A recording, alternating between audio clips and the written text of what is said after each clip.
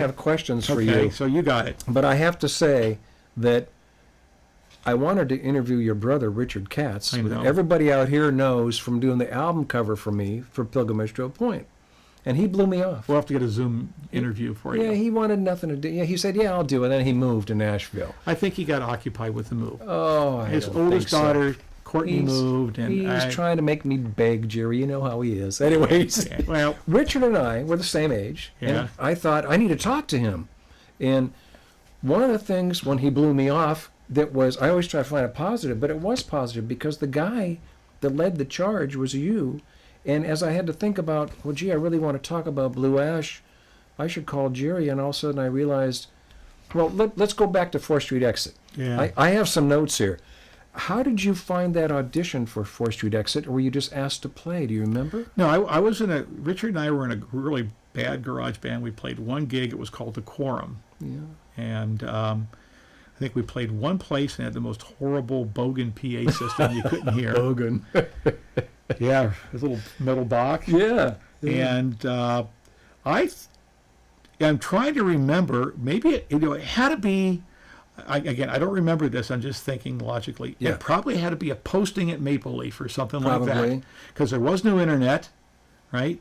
There was no place to, to advertise it. Right. But I think someone probably took a 4x5 card and Yeah. put in auditions for da-da-da. I saw that because it was, the music stores in that day was really Maple Leaf. Guitar Showcase. Guitar Showcase. There was Different one. Curlin's, Yeah. Music yeah, City. Yeah. There was the one on Stevens Creek where Apple's at. That was another Music City or something Yes, like that. I know which one you mean. I can't think of the name of that either. They used to have McCool's or They something. used to have the or- Baldwin Yes. amplifiers and all that Yeah. line. And so it probably had to be Maple Leaf, and it probably had to be a posted ad. I don't remember. I mean, the first year in that band, I was 12. I think it was a year later that you came in, so I was probably a freshman, I Yeah. guess.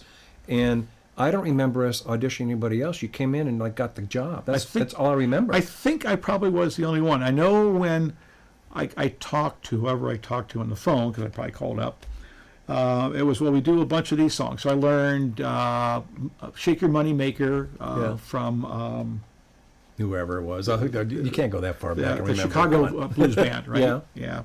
And I think maybe I don't think I got the part then. They gave me the 45 to learn the part that Skip did. For on a strange one, yeah. Yeah, Which yeah. you say is on compilation albums. I have It's to on, find yeah, that. check them out. Strange There's one is a great 60s psychedelic compilations Oh, album. You man. guys are in there, right?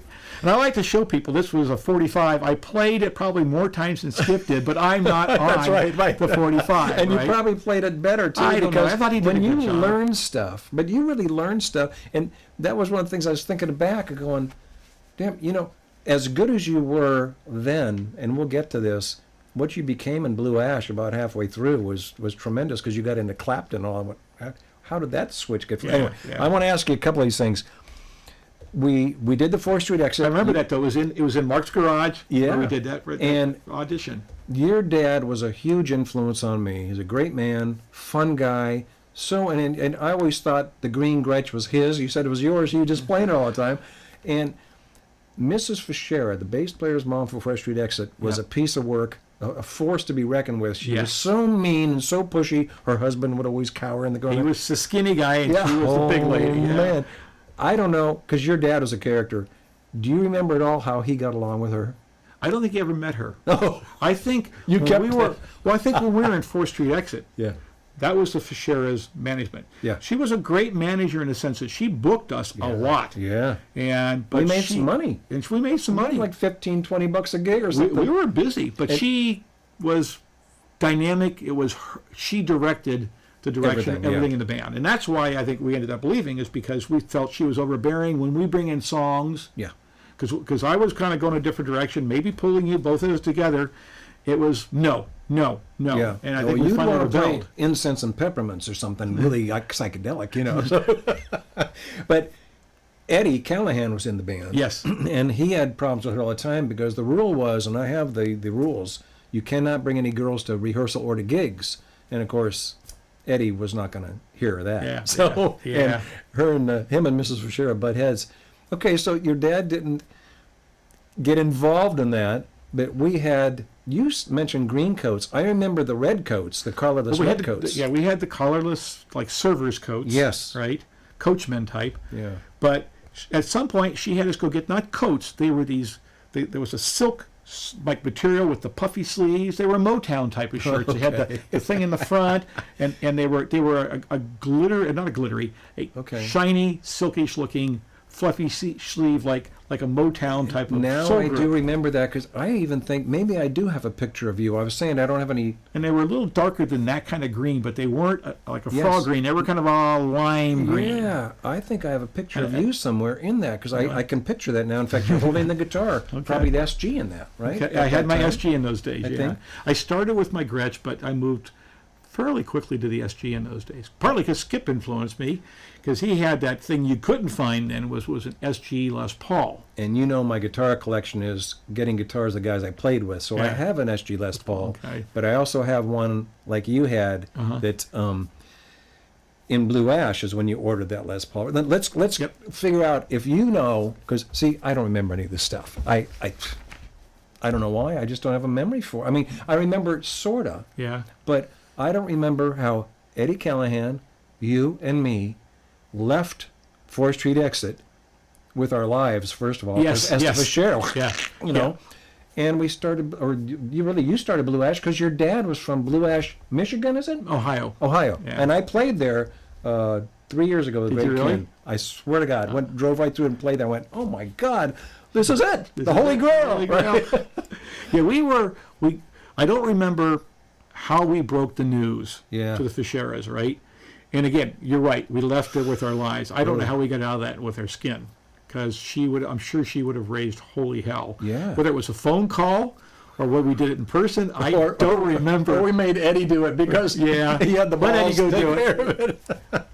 And then when we pulled Richard in, obviously, for the drummer, because we needed a drummer. And then I guess we sat and thought about what the name was, right? And like a lot of bands, we tossed and turned, and finally it's like, well, what about Blue Ash? Yeah, maybe your dad even said, what about Blue Ash? I don't know if you remember that or not, but... I do remember, though, one place we played, and someone said, what's the blue ash? Is that like the ash that comes off of a marijuana cigarette? Someone thought, is that where you get the name Blue Ash? Oh, right? Like, it was during the 60s, so it's we should have actually said, that's what that's it. Yeah, but of course we didn't want to get busted or anything then, right? So we were running scared from that kind of stuff. Absolutely. When we did Blue Ash, your dad got us, I don't know if you remember this, a gig at the Elks Lodge he belonged to. I remember that. Yeah. And you know what happened to me? You remember what happened to me? I know we all got skunked. The bartender didn't care that we were underage, 16, 17, 8, 6, and whatever it was, 18, you know. He gave us Harvey Wallbangers, which tasted like nothing. Yeah. And we drank down 3, 4, 5. Well, Tom and I, maybe just me, but I was drinking Coffin Nails, which is another drink. I just remember the name of it. I don't remember what's in it, right? Yeah. I just remember, I think even Tom or one of us put a wig on, but we were sheets to the wind. I decided that the way, because I go, I won't be able to perform like this, that they had a track behind it, that the best way for me to get rid of this feeling was to run a lap. Yeah. And of course, how stupid is that? Because it went into my system so much, I couldn't even stand up. I don't remember anything about the crowd. I don't remember anything about the crowd. I don't remember that gig at all now. I just remember the drinks, the wig, and us being just so toasted. Yeah, which became something that happened occasionally with us. yeah. And that was after Eddie had left the band, I think. Yes, it was, now, we went from 4th Street Exit to Blue Ash with Eddie. And then I believe we were playing at Blackford High School. And see, Jerry and Richard were the Katz boys, were forced to be reckoned with of their own, right? Eddie wanted to go pop, and we were heading more English rock. And I was sort of a entity.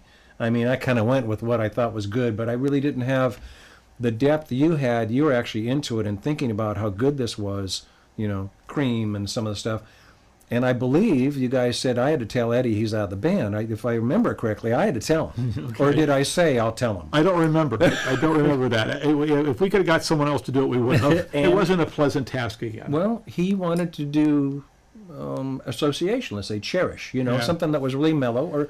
And he didn't turn out that way at all. He got really deep into stuff. He got, Did he? man, he did fantastic, Good right? for him. And he wrote great, and he sang great, and him and Dean Markley developed the first talk box. I He still had it knew in a Dean for years bag. later too. Yeah. Yeah.